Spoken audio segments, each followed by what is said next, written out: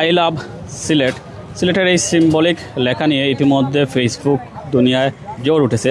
আপনারা অনেকেই জানেন আই লাভ সিলেট লেখার পর থেকেই প্রশংসা জড়িয়েছিল, যখন আসলে মানুষের দৃষ্টিগোচর হয় যে আই লাভ সিলেট লেখার ফলে যে সিলেটের ঐতিহাসিক যে স্থাপনা কিনবে সেটা আসলে অনেকটা আড়াল হয়ে যায়, মানে এটা আসলে দেখা যায় না। সো এর তারপর থেকেই মূলত বিতর্ক সৃষ্টি হয়েছে, এখনও বিতর্ক তুঙ্গে রয়েছে। আমরা একটু জানার চেষ্টা করব, শুধু নোয়াখালী থেকে এসেছেন, ওনার মতামত আমরা জানতে পারি। তিনি ইতিমধ্যে সিলেটের বুড়াগঞ্জ, সাদাপাথর সহ জাফলং ভ্রমণ করেছেন। তারপর আমার সাথে আচ্ছা একটু বলবেন, এই ধরনের সিম্বলিক লেখা আমরা তো বিভিন্ন জায়গায় দেখি, আপনি তো দেখেছেন, তো এই ধরনের উদ্যোগ আসলে প্রশংসা দাবিদার। এই উদ্যোগ অবশ্যই প্রশংসার দাবিদার রাখে, তবে আমি ব্যক্তিগতভাবে মনে করি পিছনে যে আমাদের ঐতিহ্যবাহী যে কিন ব্রিজটা আছে এটা যেন স্পষ্ট দেখা যায়, এরকম করে লেখাটা দেওয়া উচিত, এবং কিছুটা হাইট কমিয়ে দিয়ে শুধু অক্ষরগুলো অ্যালফাবেটগুলো রেখে পিছনে ব্যাকগ্রাউন্ডে যেন ব্রিজটা দেখা যায়, এরকম করে দিলে আমার মনে হয় যে বেটার হয়। এবং বিভিন্ন জেলাতে যে এরকম লেখা থাকে সেটাতে ব্যাকগ্রাউন্ডগুলো দেখা যায়। আমি আশা করি যথাযথ কর্তৃপক্ষ এইটা পরিবর্তন করার জন্য পদক্ষেপ গ্রহণ করবেন। ধন্যবাদ।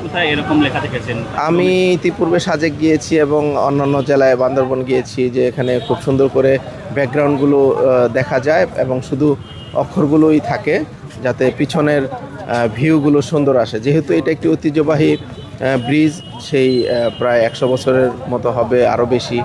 অতএব আমি মনে করি একজন পর্যটক হিসেবে এটা ভিউটা যেন সুন্দর আসে, ব্রিজটা যেন সুন্দরভাবে দেখা যায়, সেই জন্য যথাযথ কর্তৃপক্ষের দৃষ্টি আকর্ষণ করছি এবং দ্রুত যেন এটার একটা ব্যবস্থা হয়, আমি আশা করব ইনশাআল্লাহ।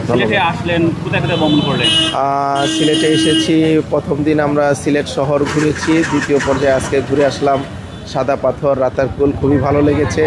আগামীকাল আমরা জাফলং ঘুরবো ইনশাল্লাহ। আর বাকি যেই স্পটগুলো রয়ে গেছে ইনশাল্লাহ পরবর্তী ট্যুরে আবার সিলেট আসবো। আলহামদুলিল্লাহ সিলেটকে খুবই ভালো লাগছে। আমি সিলেটবাসীর পক্ষ থেকে সবাইকে ধন্যবাদ জানাচ্ছি। আমি মূলত আসছি নোয়াখালী থেকে, আমার হোম ডিস্ট্রিক্ট গাজীপুর, যদিও জব করি নোয়াখালীতে। আমার এবারই প্রথম সিলেট আসা এবং আমি আবার আমার কাছে পরিবেশটা খুবই মনোমুগ্ধকর লেগেছে।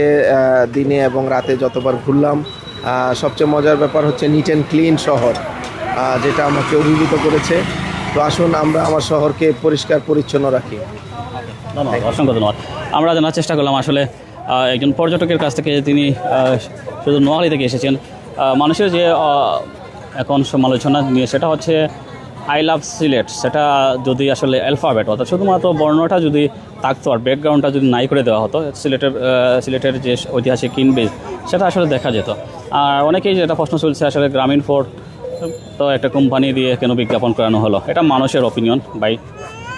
মানুষ বিভিন্ন জিনিস বলতেছে, ফেসবুকে লিখতেছে, আমরা দেখতেছি।